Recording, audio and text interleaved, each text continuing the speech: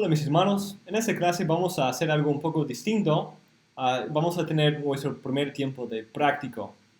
En este curso, en Teología Bíblica 1 y Teología Bíblica 2, tengo la meta de tener varias clases de práctico, en que vamos a estar estudiando y poniendo por práctica, por obra, lo que estamos aprendiendo.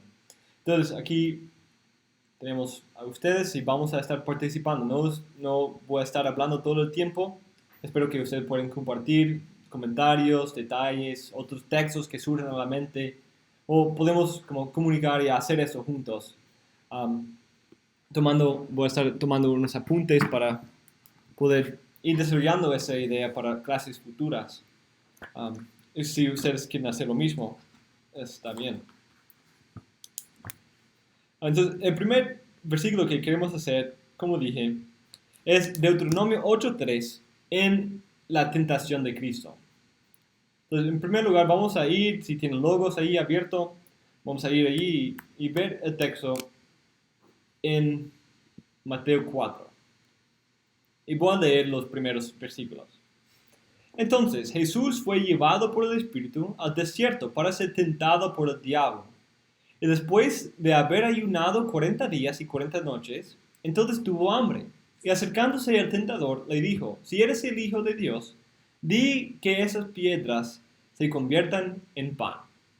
Pero él respondiendo dijo, escrito está, no solo de pan vivirá el hombre, sino de toda palabra que sale de la boca de Dios.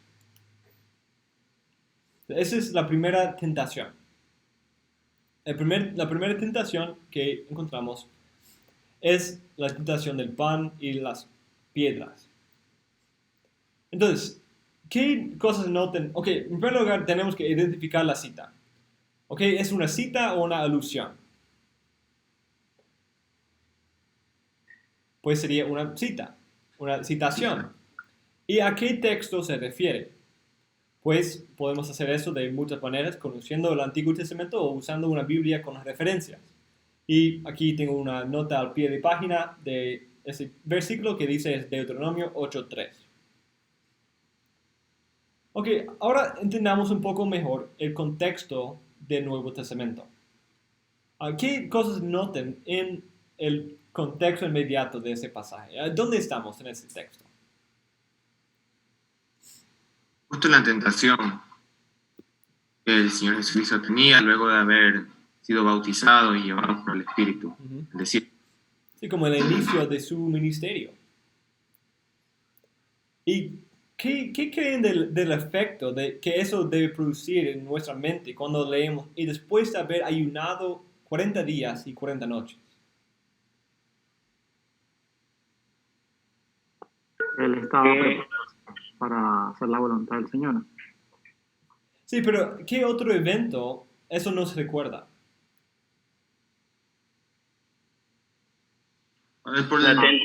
Cuando Moisés estuvo también ayunando. Sí, ajá, de Moisés. ¿Qué decís, Oscar?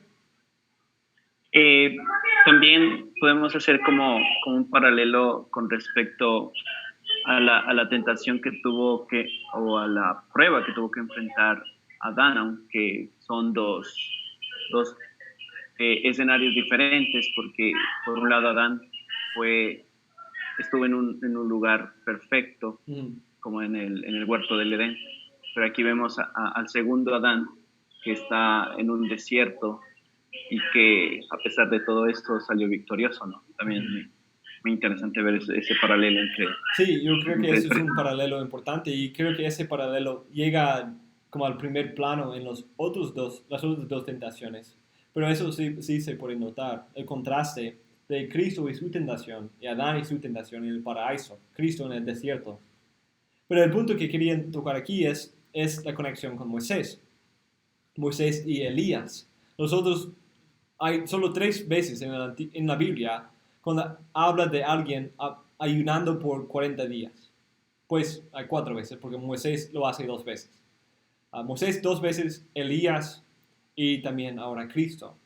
Entonces eso debe llevar a nuestra mente esa conexión. Entonces quizás esa conexión va a ser importante para este uso del Antiguo Testamento también.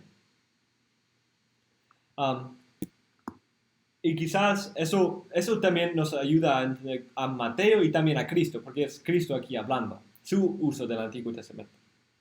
Otras cosas que noten aquí en el contexto del Nuevo Testamento. Pues el diablo ve eso como una muestra de ser él el Hijo de Dios, para mostrar su poder, su poder y su acceso al poder de Dios.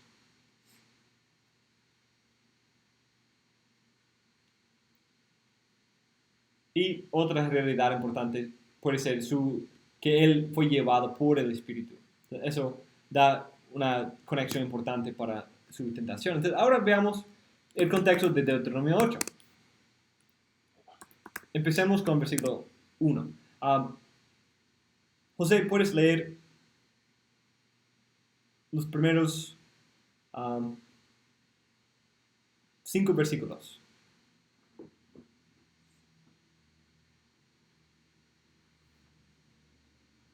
José 8, 1 a 5 y Denis 6 a 10. ¿Qué capítulos, hermanos? ¿Qué versículos, disculpa? Deuteronomio 8. Ok, tú lees 1 a 5. Parece que José fue quitado del grupo. Deuteronomio 8, 1 a 5. Mi hermano. Sí, mi hermano. No sé, se me desconectó un momento, pero uno también puede ver en esa parte donde dice, y acercándose al tentador, puede hacer una alusión con el tema de Job, porque casi no se ve en la Biblia que el tentador se presente de una manera tan explícita como en el caso de Job. Sí, eso es cuando él se acercó.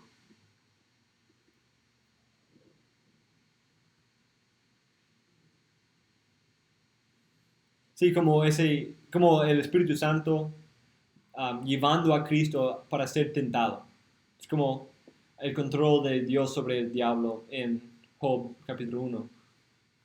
Sí, eso es posible.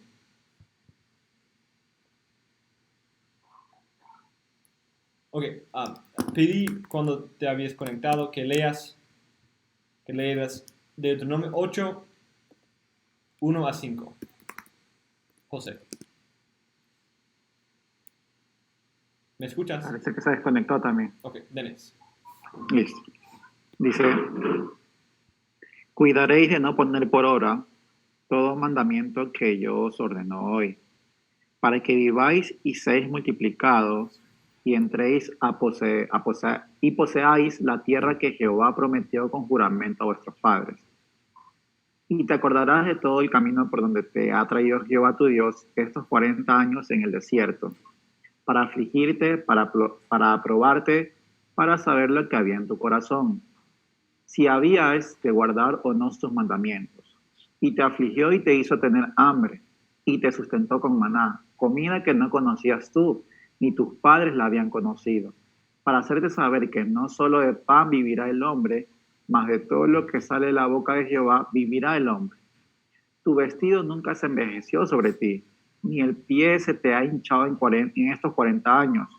Reconoce a sí mismo en tu corazón que como castiga el hombre a su hijo, así Jehová tu Dios te castiga. Sí, yo creo que eso es suficiente. Pero, wow. ¿Qué conexiones ven ahí? ¿Cuál es el contexto ahí de qué está hablando? Me sorprendió todo de nuevo leyendo ese texto. Hay tantas conexiones entre ese texto y el contexto del Nuevo Testamento. ¿Qué notan ahí? Más o menos también notamos el pacto mosaico, en el que Dios le está recordando al pueblo, ¿no? De que si ellos ponen por obra sus mandamientos, vivirán. Uh-huh. Sí, y en conexión con la promesa de los patriarcas. ¿Y José? Él está a entrar a la tierra prometida, como el Señor los ha sustentado. Y uno pudiera ver, conectando, no sé, con Hebreo, que dice que Él entró en su descanso. Dice en capítulo 4, y Cristo entró en su descanso luego de haber culminado, obviamente, su obra. Ujú. Y creo que es básicamente también esa conexión de que él recordaba mediante estas palabras de que el Señor lo iba a sostener mediante todo ese proceso Ujú. que iba a vivir. Sí, y ¿cuál es la conexión inmediata de este pasaje? Está hablando de su hambre y cómo Dios los estaba probando para ver si ellos iban a guardar sus mandamientos o no. Interesante, hermano, ver en el versículo 2, Sí, esa parte que usted estaba mencionando, de que Dios los llevó al desierto, al pueblo de Israel, para poder probarlos y sí, ver qué había en su corazón. sí, eso es exactamente lo que está pasando con Cristo. Cristo el Señor, el Espíritu, ha llevado a Cristo al desierto para tener hambre, para probarlo, para ver si Él va a guardar la ley o no. Si Él va a vivir por las cosas que salen de la boca de Dios o vivir por su propia sabiduría. Entonces, ¿cuál es el efecto que eso tiene en nuestra lectura de Mateo 4? ¿Qué está haciendo Cristo en hacer esa conexión? Está sirviendo de una manera antitipológica a ese texto de Deuteronomio, Sí, Él al está evento histórico. presentando a sí mismo como el nuevo Israel.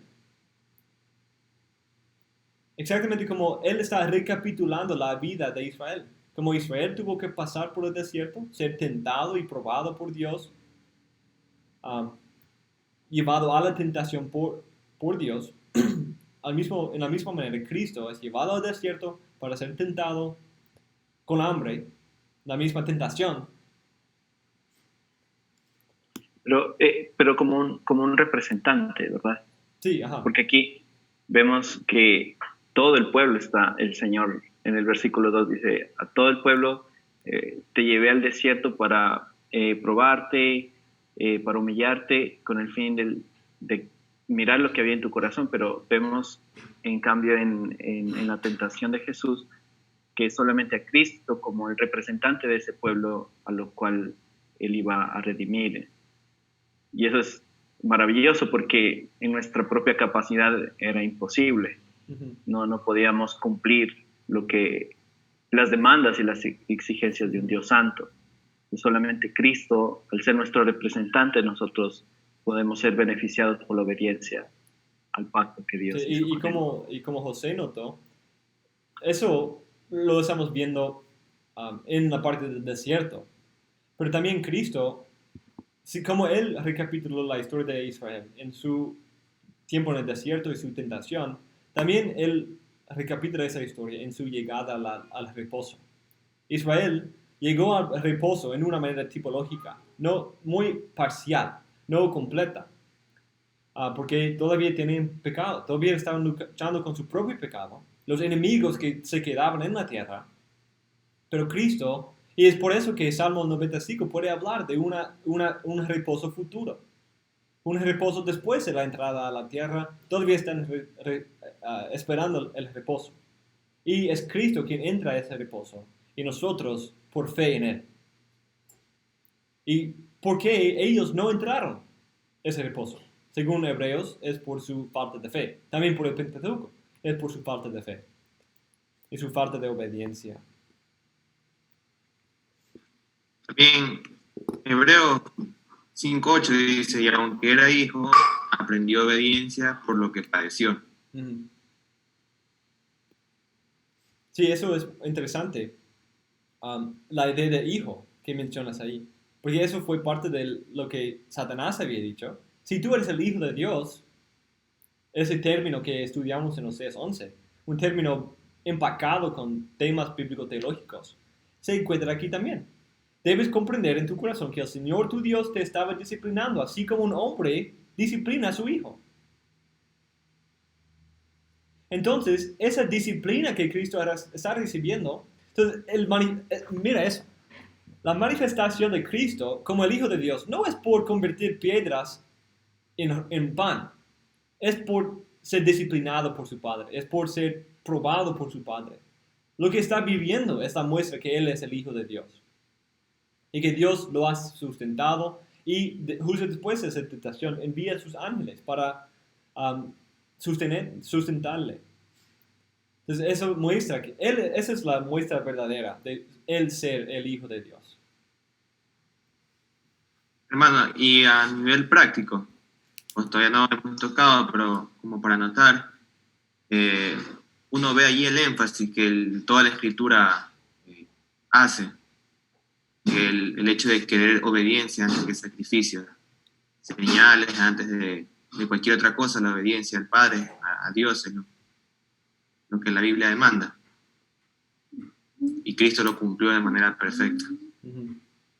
Sí, Él fue probado en el desierto y lo cumplió perfectamente. Lo que Adán fracasó a hacer, como Oscar mencionó, Cristo hace.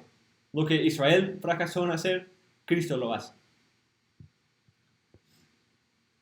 Hermano, y con ese tema que habíamos hablado de teología, el pacto de obra y el pacto de la teología del federal, Adán fue obviamente tentado en el huerto, y el versículo a la que se hace la cita es Deuteronomio, donde Israel estaba en el desierto.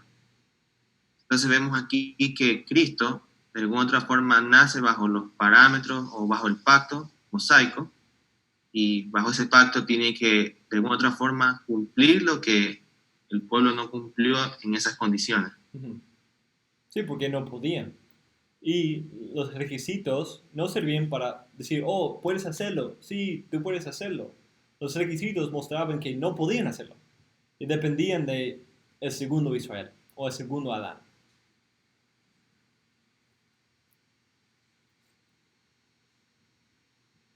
Y de hecho, aquí al final, en versículos 6 a 10, presenta la tierra como cuando ellos guardan sus mandamientos y temen a Dios, y después de haber probado, ellos van a entrar a la tierra y lo presenta la tierra como libre de la maldición. Si alguien quiere leer versículos 6 a 10.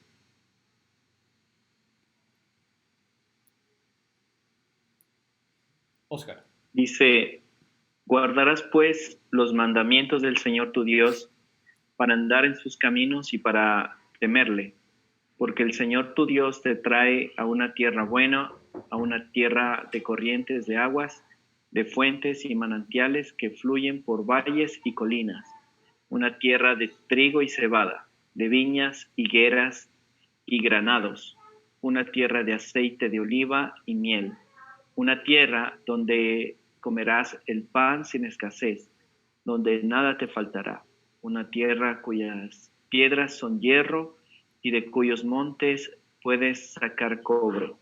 Cuando hayas comido y te hayas saciado, bendecirás al Señor tu Dios por la buena tierra que Él te ha dado. Un minuto, hermano. Gracias, hermano Oscar, por leer. Que noten como la manera perfecta en que presenta la tierra de Israel, la tierra de Canaán.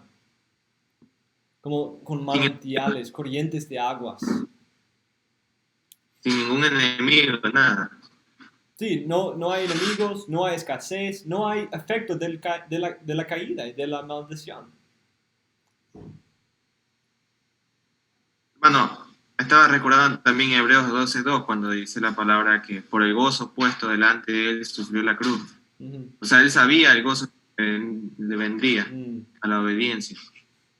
Sí, como aquí es presentando, van a entrar a una tierra que vale la pena, vale la espera. Y Cristo puede sufrir y soportar las tentaciones a la luz de esa realidad. Pero podemos ver cómo el texto de Deuteronomio demuestra esa realidad, pero demuestra que ellos no son el cumplimiento de eso. Porque vemos su pecado. Como también habla de ellos, desde el principio ha sido un pueblo de dura cerviz, de un corazón rebelde, desde el mismo principio. Entonces eso nos deja en espera de un cumplimiento mayor.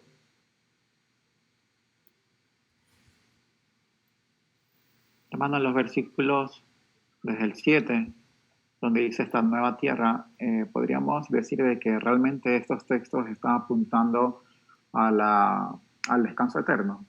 Yo creo que es parte yo diría que es parte de la visión cognitiva periférica, por lo menos. Desde Cavill. Sí, porque,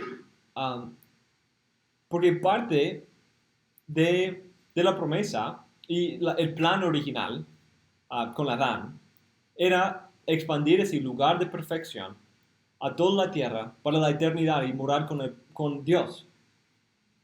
Pero por la caída, ahora la tierra no produce como antes. Ahora las manantiales se secan. Ahora hay enemigos. Ahora la imagen de Dios es borrosa. Pero aquí en ese texto tenemos como una idea ideal, una presentación ideal de la tierra, sin los enemigos, sin escasez, sin los efectos de la caída, de la maldición. Eso fue parte de la mentalidad del libro del Pentateuco a la luz de Génesis. Génesis provee un prólogo muy importante para entender el Pentateuco. Y entiendo cómo podemos ver eso. Esa es una de las realidades que mencioné a José un poco antes, sobre la vida eterna en Moisés. Que en Génesis tenemos varias ideas y cuál fue el primer disturbo al plan de vida eterna. Pues fue el pecado que introdujo la muerte y la maldición. Y la maldición de la tierra, la maldición de la infertilidad y el dolor del parto, todo eso servía para recordarnos de cómo todavía tenemos que cumplir la meta, pero no es fácil. Dios todavía tiene planificado cumplir la meta, pero va a ser muy difícil. Y cuando vemos la historia de los patriarcas, incluso en la tierra prometida, ellos están en esa tierra con las plagas de la maldición. La familia tiene que batallar con la infertilidad, un producto de la maldición de la caída. Ellos tienen que fugarse de la tierra por una hambruna que ocurrió en la tierra como un producto de la maldición. Ellos mismos se mueren y no heredan la tierra como parte de todo eso servía para mostrar cómo la maldición del pecado producía o limitaba el acceso a la promesa y a la herencia. Pero a la luz de la vida eterna y como Dios iba a deshacer lo que Adán hizo y lo que Satanás hizo, tenemos la esperanza de que un día un redentor va a venir y destruir él quien causó la muerte. Y eso es lo que encontramos en Mateo 4. Y también en Hebreos 2 vemos que es él quien tiene dominio de la muerte, es a quien Cristo destruye. Él está deshaciendo la maldición a través de tomar la maldición sobre sí. Por sufrir en el desierto de hambre, Él nos apunta al cumplimiento de la promesa en que toda la tierra va a ser llena de árboles, de frutos, y no hay desiertos y no hay maldición. Hermano, por eso que tal vez cuando Cristo da las bienaventuranzas, o sea, Él se pone como el primero en recibir, creo que todas esas bendiciones. Cuando dice bienaventurados los humildes, porque ellos heredarán la tierra. Uh-huh. Sí, es el ejemplo por excelencia de todo eso. Él es perseguido, Él es manso.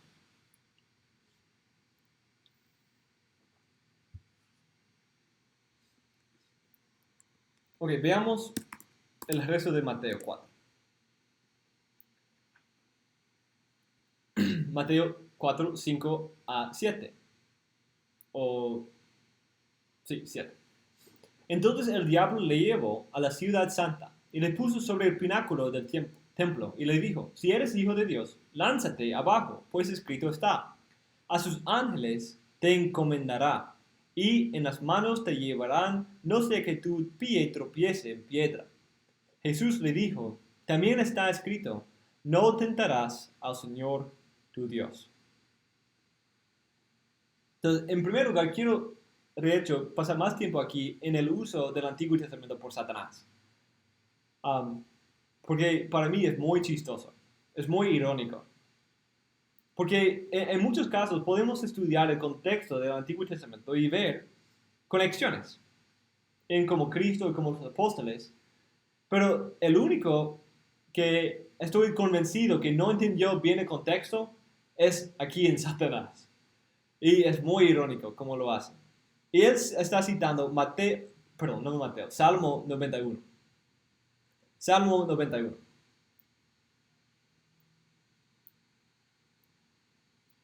Es muy chistoso. Él dice en Salmo 91, él cita versículos 11 y 12. Pues él dará órdenes a sus ángeles acerca de ti, para que te guarden en todos tus caminos. En sus manos te llevarán para que tu pie no tropiece en piedra. Sobre el león y la cobra pisarás. Hollarás al cachorro del león y a la serpiente. Si él hubiera leído un versículo más, vería que ese contexto, de hecho, está hablando de su propia destrucción. Ese texto y esa promesa dada al Hijo de Dios y como un segundo Adán, es porque eso fue la realidad de Adán. Adán tuvo el orden de los ángeles para protegerle, para guardarle. Aquí hablando del segundo Adán, es él quien sobre el león y la cobra pisarás. Esa idea no podemos escaparnos de la figura ahí, de pisando la cobra o la serpiente, hollando la serpiente.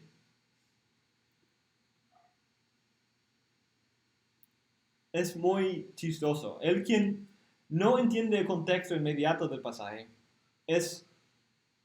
yo creo que él tiene razón en ver eso como hablando de Cristo, como el segundo Adán, como en Salmo 8, por ejemplo. Porque has puesto al Señor, que es mi refugio, al Altísimo por tu habitación. No te sucederá ningún mal, ni plaga se acercará a tu morada. Otro texto que habla de cómo Dios va a proteger a su Hijo.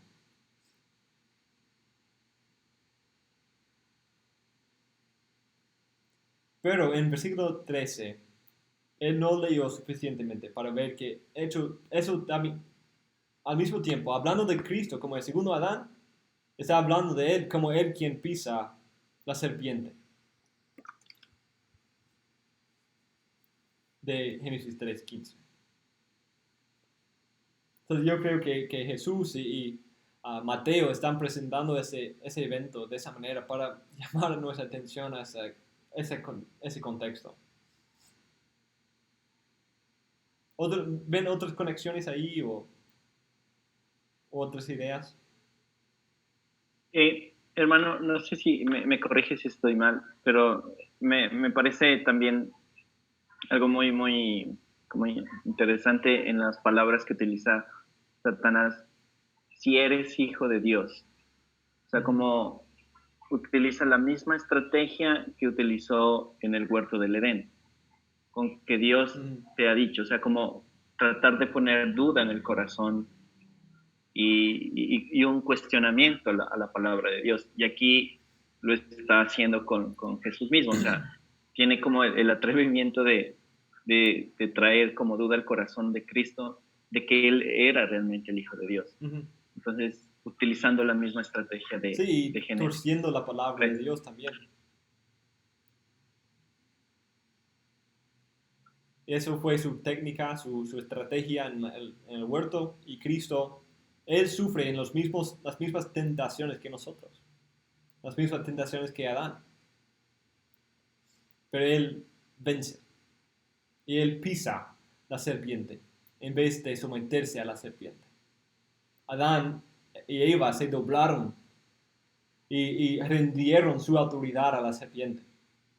En vez de enseñorear en la serpiente, ellos se sometieron. Pero aquí Cristo, él toma control, él toma la autoridad y él pisa la cabeza de la cobra.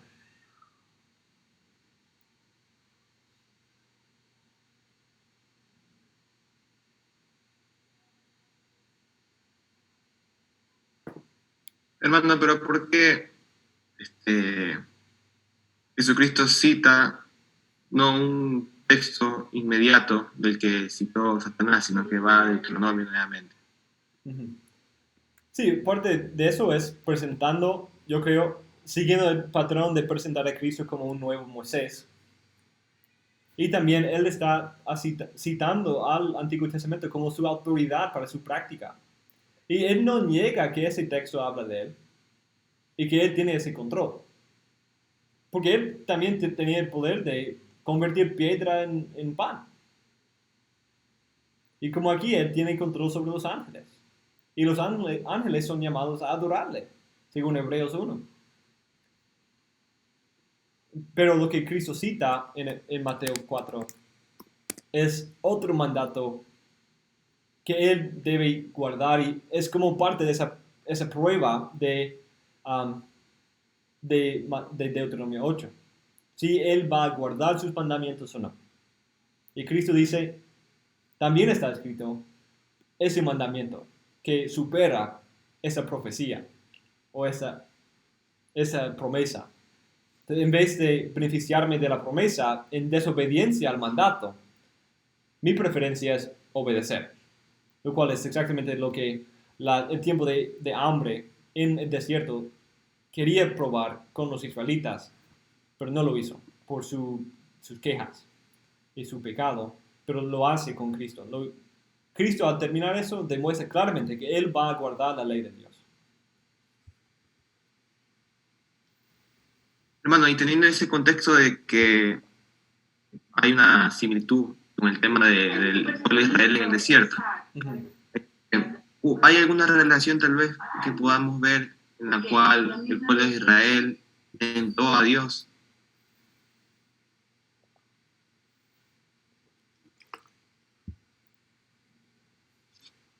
No sé, ¿en qué sentido?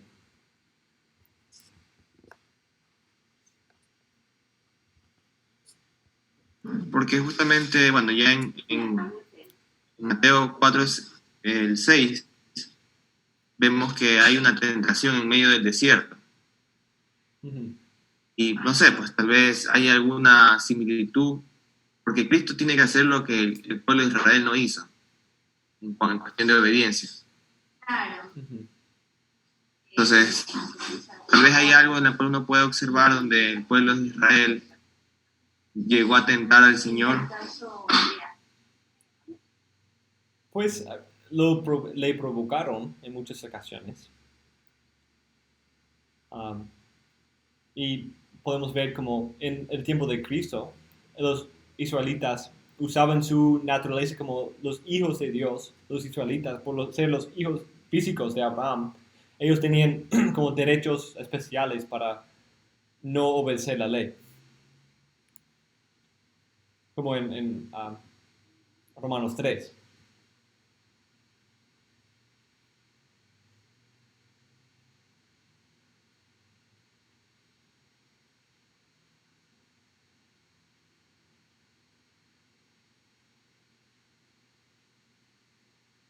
Pues en el texto que Cristo cita en Deuteronomio 6:16, no tentaráis al Señor vuestro Dios como le tentasteis en Masá.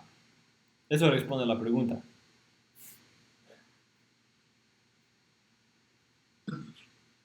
Uh, 6:16. Y también estaba buscando que en Éxodo 17:2 dice, entonces el pueblo contendió con Moisés y dijeron, danos agua para beber. Y Moisés les dijo, ¿por qué contendéis conmigo? ¿Por qué tentáis al Señor? Sí, por su falta de fe en la provisión de Dios, era una tentación a Dios. Los dos textos que Cristo cita en Mateo, los segundos dos textos que cita, vienen de este mismo capítulo. Es interesante también el ver en Deuteronomio 6, versículo 12, que dice, cuídate de no olvidarte de Jehová que te sacó de la tierra de Egipto, de casa de servidumbre. Entonces es interesante ver que Mateo está también aludiendo a esta parte de que Israel salió de Egipto, así también Jesús también salió de Egipto. Ujú. Entonces Sí. es como que está todo relacionado en los mismos versos.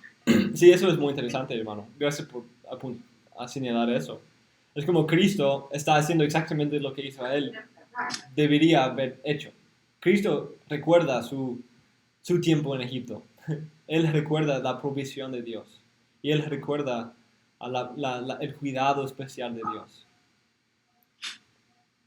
En medio del desierto, en medio de su necesidad. Y eso debe haber llevado a Israel a temer a Dios y adorarle a Él solamente. Y jurar solo por su nombre. Y no seguir otros dioses. Pero, y a no tentar al Señor. Pero eso no es lo que se produjo en la vida de Israel. Otra vez mostrando la necesidad de un nuevo Israel.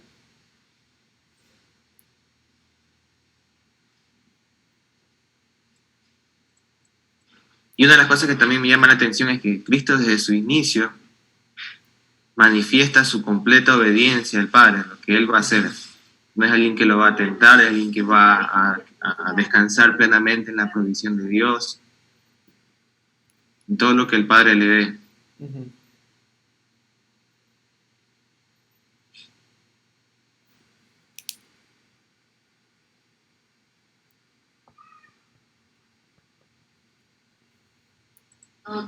En ese texto también tenemos la idea de la tierra,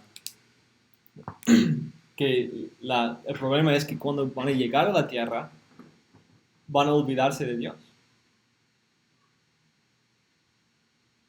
Pero deben guardar la ley de Dios.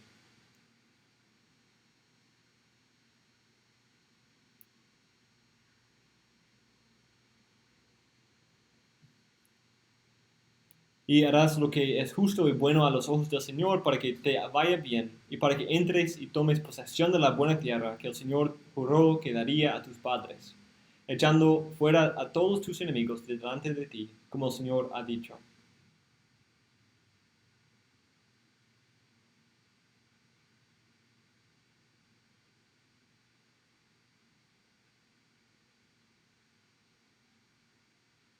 Increíble también como esa parte se cumple en Cristo, esa última parte. Por cuanto Cristo obedeció, se cumple esa parte que dice, para que Él arroje a tus enemigos delante de ti, como Jehová te ha dicho. Uh-huh. Y vemos que el Señor arrojó a Satanás, a Cristo derrotado. Sí, los enemigos que causaron su exilio, causaron su tiempo en el desierto, que causaron todos sus problemas con las naciones y en la tierra, que no produjo el cumplimiento final, Cristo resuelve ese problema por destruir los enemigos completamente, el mayor enemigo, y redimir a su pueblo de su pecado.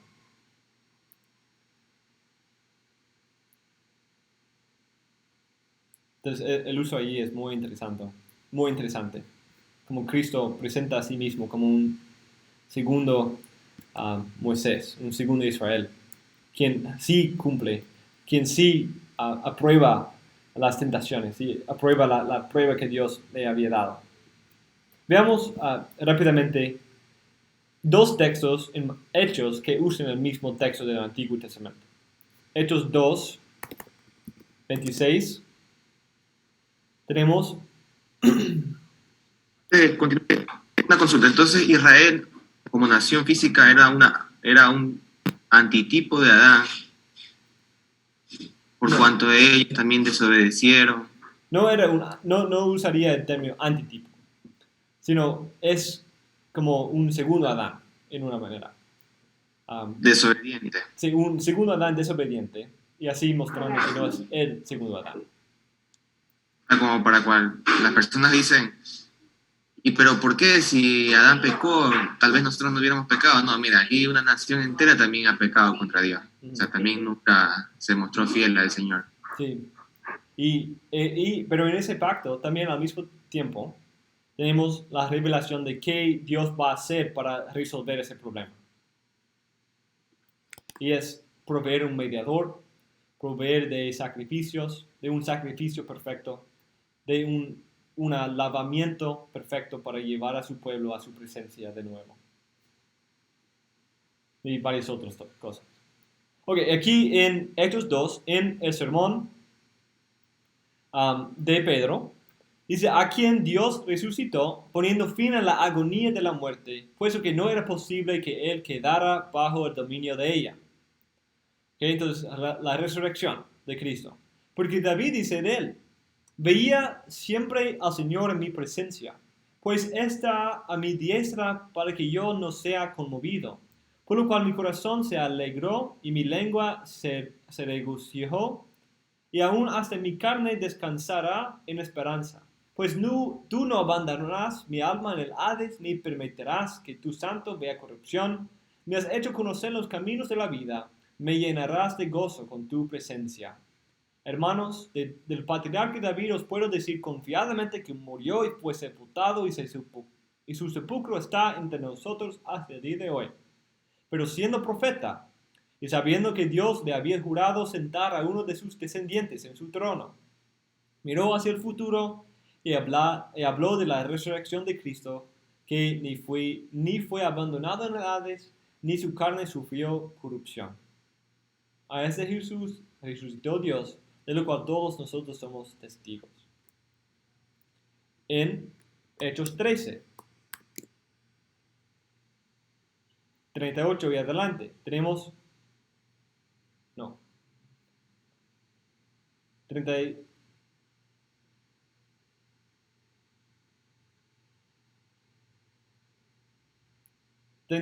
32 a 36.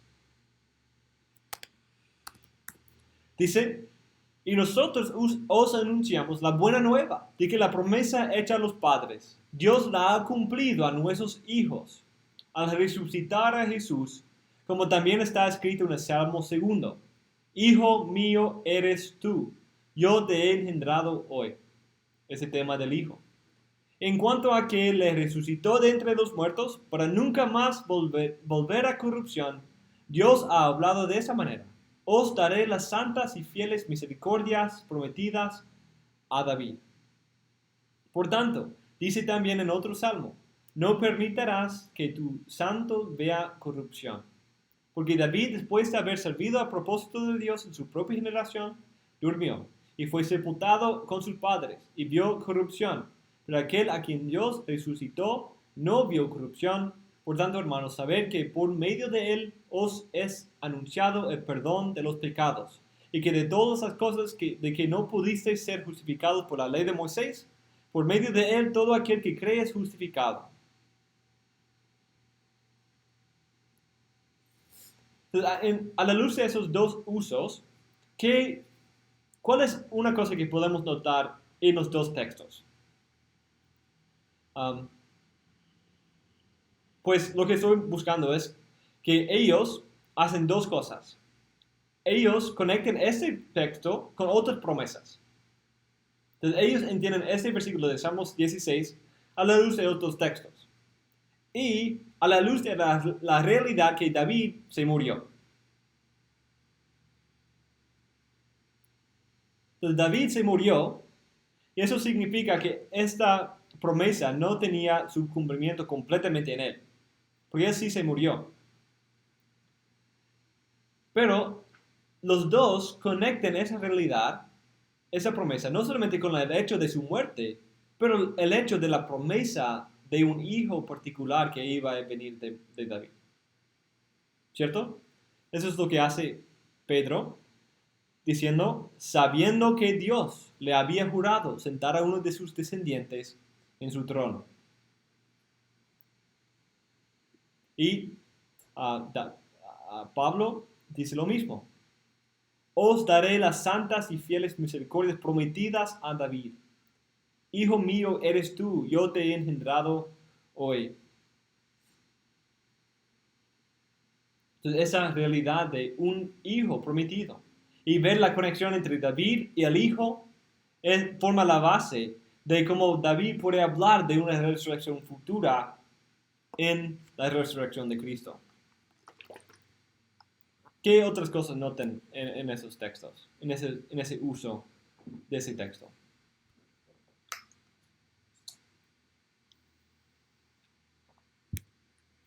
Veamos Salmo 16 para ver si hay otras conexiones. Protégeme, oh Dios, pues en ti me refugio. Yo dije al Señor, tú eres mi Señor. Ningún bien tengo fuera de ti. En cuanto a los santos que están en la tierra, ellos son los nobles en quienes está toda mi delicia.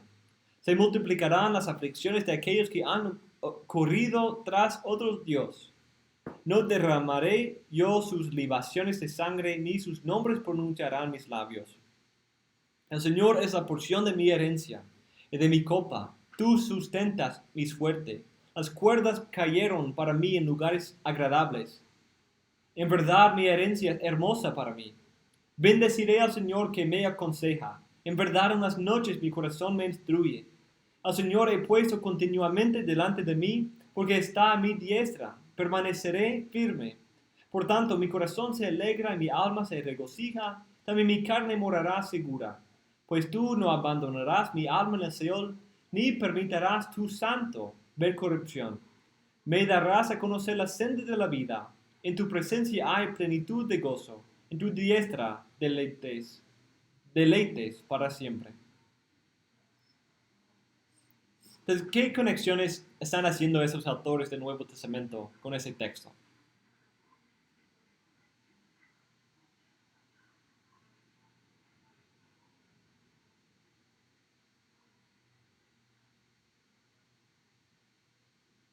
Yo creo que esa idea de tu santo también es un término mesiánico en el Antiguo Testamento, como tu ungido, tu santo, lo cual puede tener una conexión con Salmo 2, ese hijo particular de David. Me parece que todo el Salmo se está refiriendo como a Cristo, ¿verdad? Un Salmo mesiánico. Por todas las características que detalla aquí. Uh-huh.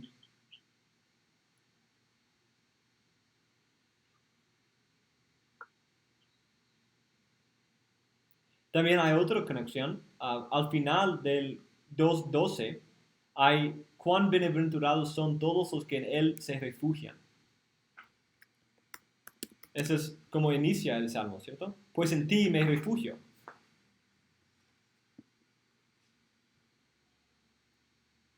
Entonces Pablo quizás está haciendo esas conexiones. Esa idea del santo, esa idea de David como representado por su hijo mayor.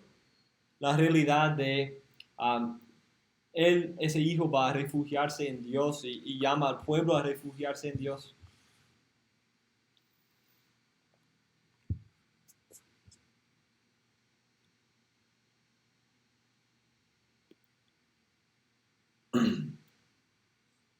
¿Qué otras cosas pueden referirse a ese pasaje? Porque en una manera la resurrección de Cristo también señala algo más. ¿Qué señala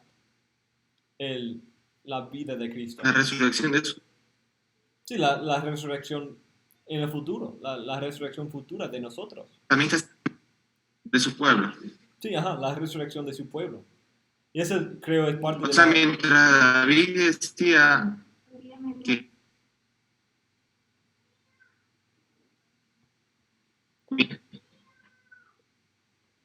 estás intercortando, mi hermano. Pero sí parece que David está... Mientras David decía que su santo no verá, había...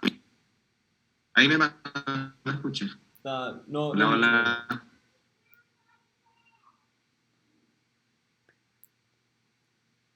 Sí, pero es interesante cómo David conecta la idea de la resurrección, su propio deseo y esperanza en la resurrección, con la promesa de que su hijo mayor, el santo, va a ser resucitado. Y es en la misma manera que la resurrección de Cristo funciona. La resurrección de Cristo es como el ya pero todavía no cumplimiento escatológico de la resurrección final. Porque Cristo resucitó de entre los muertos, nosotros también vamos a ser resucitados. Ese punto se hace muchas veces en el Nuevo Testamento. La resurrección de Cristo señala las primicias. Él es la primicia de los que van a resucitarse. Entonces, en ese texto, David puede esperar la resurrección Pero esa resurrección se conecta con la resurrección de su Hijo, quien también recapitula la historia de su pueblo. Él se identifica con su pueblo. Entonces, como David espera en la resurrección, pero él murió y él no resucitó, pero debe haber hablado de su hijo mayor. ¿Qué decías, hermano José? Quizás podemos tratar de hacer. Ya, hermano, lo que pasa es que, mira, por ejemplo, en Hechos, dice el apóstol que David sí vio corrupción. Uh-huh. Y obviamente en el Salmo, él se presenta como el santo, el santo que iba a venir, él es el que no iba a haber corrupción, sino. Uh-huh. O sea, en ese versículo del Salmo, en el versículo 10 dice, pues tú no abandonarás mi alma en el Seol, justamente habla de su condición, y en la segunda parte, ni permitirás a tu santo ver corrupción, habla justamente de venir, del que había de venir, ¿sí o no? Uh-huh. Sí, por eso es como un cambio de la primera persona a la tercera persona. Como hablar de él y su esperanza y la venida del santo, quien va a serlo por excelencia. Y básicamente el contraste, porque en Hechos dice, David sí vio corrupción. Uh-huh.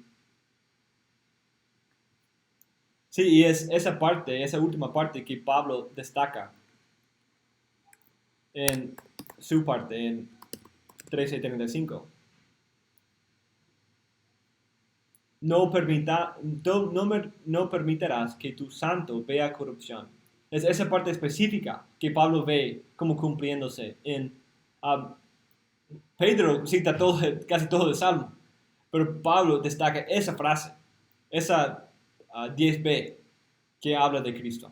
Él parece que él está viendo esa idea del santo como el hijo, ese hijo mayor, ese prometido. Entonces, mis hermanos, vamos a concluir ahí. Ya hemos casi llegado a 1 hora. Entonces, Bueno, gracias por sus discúlpeme. comentarios y su participación. Sí, hermano Denis, ¿tienes algo más? Sí, algo rapidito. Discúlpeme, ¿qué significa que no iba a haber corrupción? Sí, no iba a como quedarse en el sepulcro, no iba a quedarse en el lugar de los muertos. Listo, mi Su hermano. cuerpo no iba a como deshacerse o no, disolverse. Pero Listo, su cuerpo iba a ser resucitado. Es una resurrección física, lo cual es parte de la esperanza de David también. muy bien. Pero Cristo cumple eso en una manera ya, pero todavía no, en su propia resurrección, lo cual señala y asegura, y eso es lo importante de ese punto que hicimos, la conexión entre el ya, pero todavía no. Es por eso que podemos ver tanta conexión entre la resurrección de Cristo en la tierra y la resurrección física en ese texto. El ya, pero todavía no. Ok, mis hermanos, gracias por su tiempo y gracias por su participación en este práctico.